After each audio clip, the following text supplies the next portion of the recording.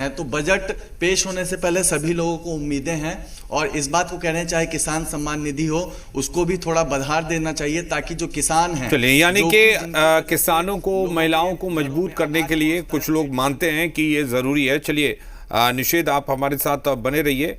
हम कैलाशपति मिश्र जी का रुख करते हैं। कैलाशपति जी, अगर हम बात कर रहे हैं बजट की या फिर कई तरह की योजनाएं जो सरकार चलाती है उनकी, आपको क्या लगता है कि जिस तरीके से एक नारा दिया गया था आत्मनिर्भर भारत का, आपको लगता है कि उस पर हम चल रहे हैं और देश आत्मनिर्भर हो रहा है? और बजट जो आते हैं, बजट पेश किया जाता है, उसमें भारत की आत्मनिर्भरता दिखती है? निश्चित रूप से आत्मनिर्भर भारत के तरफ हम लोग बढ़ रहे हैं और इस जी कैलाशपति जी जी हाँ, निश्चित रूप से आत्मनिर्भर भारत के तरफ हम लोग बढ़ रहे हैं। मतलब पिछले बजट में एक स्कीम लॉन्च की गई थी, प्रोडक्शन लिंक स्कीम, तो उसका नतीजा दिखने लगा है। अब देखिए, इसी का नतीजा है कि मेड इन इंडिया की तरफ एप्पल जैसी कंपनियां, एप्पल जैसे मोबाइल फ़ोन इंडिया में असेंबल होने लगे हैं। चाइना से उसकी कंपनी इंडिया की तरफ आ गई है।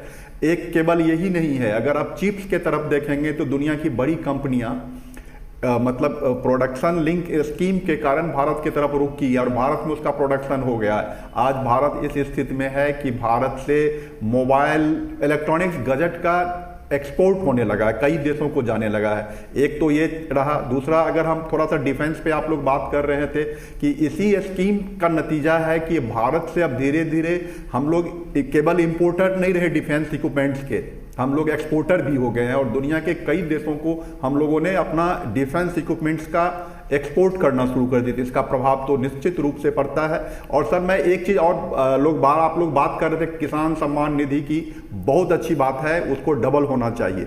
लेकिन उसमें एक बड़ा सा लैकुना है, बड़ा सा सवाल है क्या कि अगर मैं बिहार की बात करूं तो बिहार में आधे से अधिक जमीन जो किसान, जो वास्तविक किसान है, जो रियल किसान है, जो किसानी कर रहे हैं, वो बटाई पे खेती कर रहे हैं। क्या उनको ये सम्मान निधि मिल पा रहा है या केवल उनको मिल पा रहा है जिनका तो जमीन तो है उनके पास, जमीन के पूरे रिकॉर्ड्स उनके पास हैं, लेकिन उनकी खेती कोई और कर रहा है? क्या उनको ये सम्मान निधि मिल रहा है? ये बहुत बड़ा गैप है और इसको खोजना पड़ेगा। नहीं तो जिस चीज़ की हम लोग कल्पना कर रहे हैं वो शायद सफल ना हो पाए।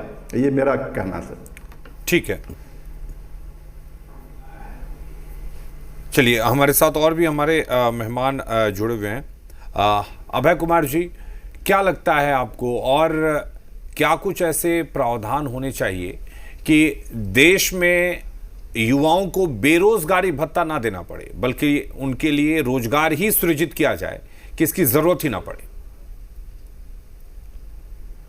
जी बिल्कुल, आपने बहुत सही कहा कि ऐसा ही होना चाहिए और यही इसके तरफ देश, मतलब प्रधानमंत्री का जो मल्टीपल स्टेप्स है, सरकार का जो स्टेप्स है, इसके तरफ ये हो भी रहा है, आगे बढ़ भी रहा है, अक्सर भी हो रहा है। जो मतलब स्किल डेवलपमेंट का जो प्रोग्राम है, इसको और अगर बड़ा बनाया जाए, इसको मतलब और भी ग्राम के लेवल पर इस पर लाया जाए तो बहुत अच्छा किया जा सकता है। और skill development is the only solution.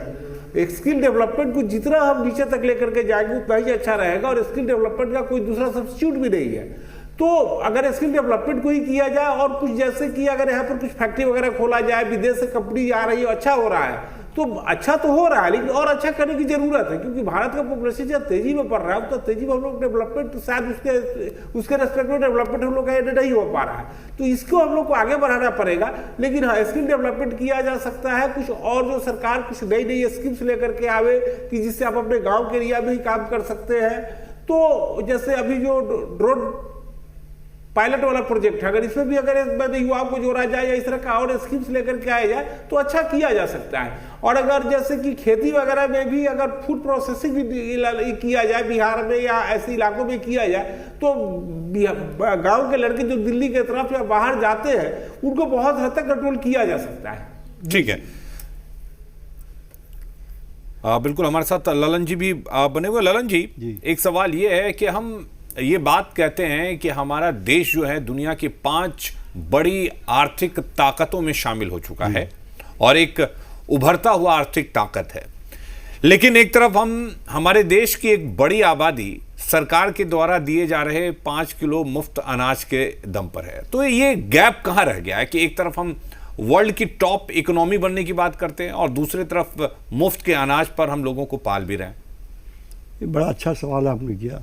देखिए, पहली बात तो ये है कि एज ए इकोनॉमिस्ट मेरा ये कहना है कि मुफ्त की रेवड़ी बांटने से देश को नुकसान हो रहा है। और अनफॉर्चुनेटली देखिए, जैसे जैसे चुनाव आते हैं देश में, इतने चुनाव अब होने लग गए कि हर रोज़ तो कोई ना कोई चुनाव होता है और जितनी पार्टियां वो सब रेवड़ी बांटने में एक दूसरे से आगे जाने की कोशिश करती हैं। कोई कहता है कि हम 1100 देंगे, तो दूसरा कहता है हम 2100 देंगे, कोई कहता है हम 2500 देंगे। और इस तरह की जो टेंडेंसी इस देश में हो गई है मुफ्त में पैसे बांटने की, वो चाहे किसी वर्ग के लिए दी हो, वो बहुत ख़तरनाक है। दूसरी बात मैं ये कहना चाहूँगा, इस देश में बेरोज़गारी क्यों है, इसकी भी एनालिसिस होनी चाहिए। देखिए, अब ट्रंप ने क्या नीति लगाई कि जो लोग बाहर से आते हैं उनकी वजह से हमारे लोगों का रोज़गार चिंता है, तो ये बात हमारे देश के लिए भी लागू है। आज इस देश में 5 करोड़ से अधिक लोग बांग्लादेशी घुसपैठिए हैं या रोहिंग्या हैं या इस तरह के लोग हैं। अगर ये 5 करोड़ लोग इस देश से निकाल दिए जाएं तो इस देश में कोई भी आदमी बेरोजगार नहीं होगा, ये मैं आपको गारंटी देता हूँ एज ए इकोनॉमिस्ट। बहुत ज़्यादा आबादी जो हमने बढ़ा दी है ऐसे लोगों की जो अनप्रोडक्टिव है हमारे देश के लिए, और जो हमारे रिसोर्सेज पर जमे हुए हैं। मुफ्त में जो अनाज दिया जा रहा है, इसमें बहुत बड़ा हिस्सा उन लोगों को भी जाता है कि जिनका इस देश से कोई लेना देना नहीं रहा है, लेकिन यहाँ आके घुस गए, वो उनकी राशन कार्ड बन गया, उनकी नागरिकता मिल गई, और जो नेता लोकल लेकिन ललन जी, ये भी तो एक तरह से सरकार की नाकामी है। अगर लोग घुस जाते हैं और घुसने के बाद इस तरह के डॉक्यूमेंट्स बनवा भी लेते हैं। जी, ये नाकामी तो है ही, और इसके लिए बाकायदा रैकेट है। पश्चिमी बंगाल में देखिए, जितने लोग बांग्लादेश से आ रहे हैं तो बहुत बड़े बड़े रैकेटियर्स बैठे हुए हैं जो रातों रात लोगों को हिंदुस्तान में घुसा देते हैं, और उनका पैसा बना हुआ है, वो पैसे दे देते हैं और लोग अंदर आ जाते हैं। फिर वो यहाँ के फिर वही लोग हैं जो उनकी नागरिकता बनवा देते हैं। वो कैसे करते हैं, ये तो चीज़ें इंक्वायरी की बात है, और सेंट्रल गवर्नमेंट को इस बात पर बहुत कड़ाई से नज़र रखनी चाहिए।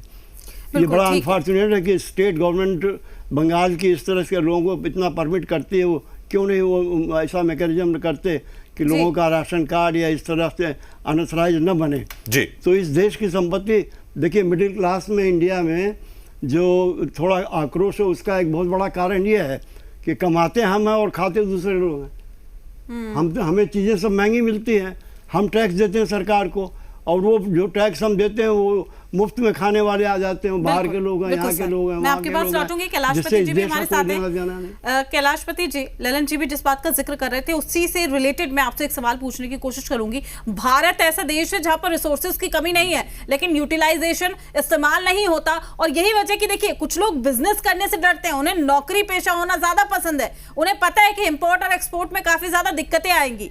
अगर भारत को इस ओर समृद्ध बनाना है तो कहीं ना कहीं बजट में कुछ खास होना चाहिए।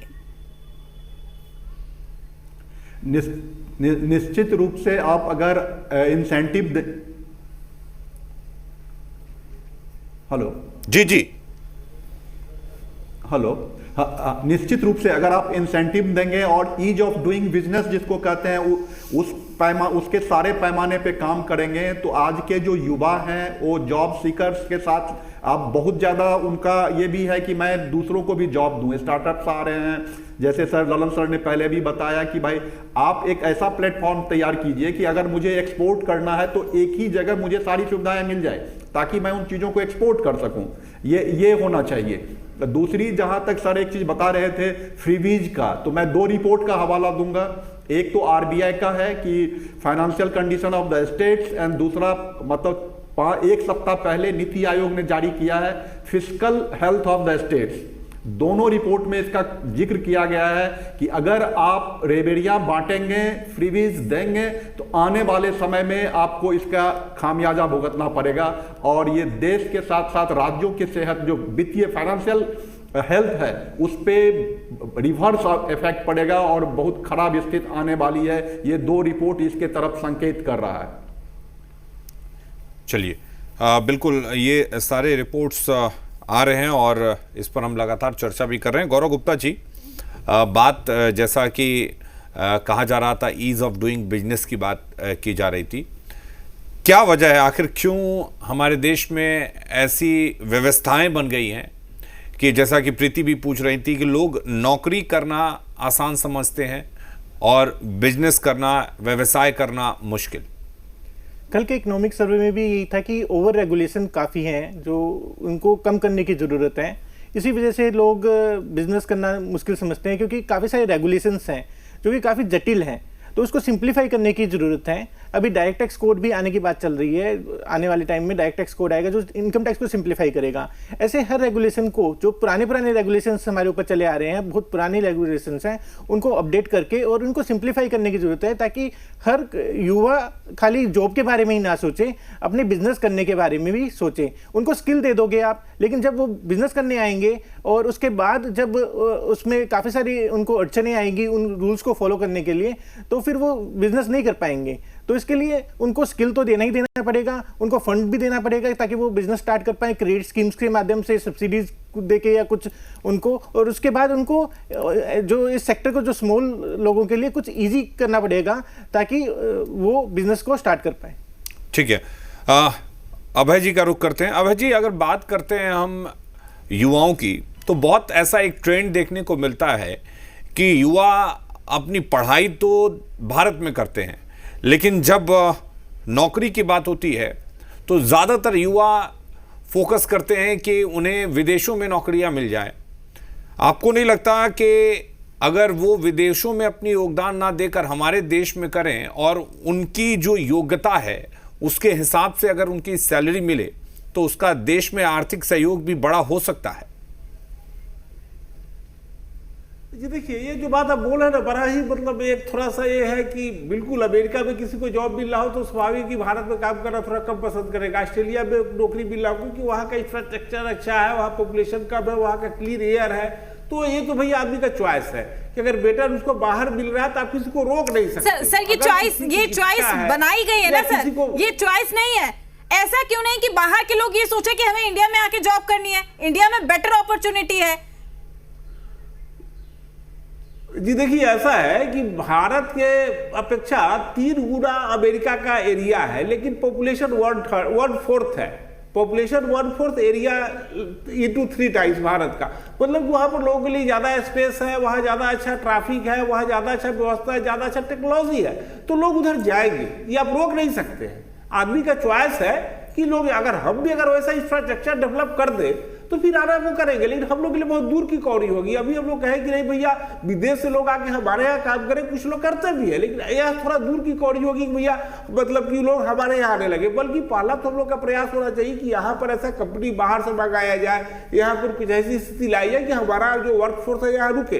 तो ये हम लोग का प्रयास करना चाहिए, इसमें कुछ प्रयास हो भी रहा और कुछ सफलता भी मिली है। लेकिन कुछ लोग का चॉइस भी होता है कि नहीं मैं बाहर ही जाकर रहूंगा, मुझे बाहर का हवा अच्छा लगता है, तो उसको आप क्या कर सकते हो, वो तो व्यक्तिगत चॉइस है। ठीक है। अगर एक बात आप मुझे पहले का एक सवाल था कि इन्फिल्ट्रेशन वाली जो बात आप पूछ रहे थे और एक चर्चा चल रही थी, देखिए इन्फिल्ट्रेशन एक ऐसी समस्या है कि अमेरिका भी इसे अछूता नहीं है। प्रीवियस टर्म डोनाल्ड ट्रंप साहब का जो प्रीवियस टर्म था उसमें उन्होंने इस पर मैक्सिको के बॉर्डर पर लगभग 3500 किलोमीटर का, लगभग 3500 किलोमीटर का बॉर्डर है, उस पर उन्होंने वाल बनाया, फिर भी लोग आए।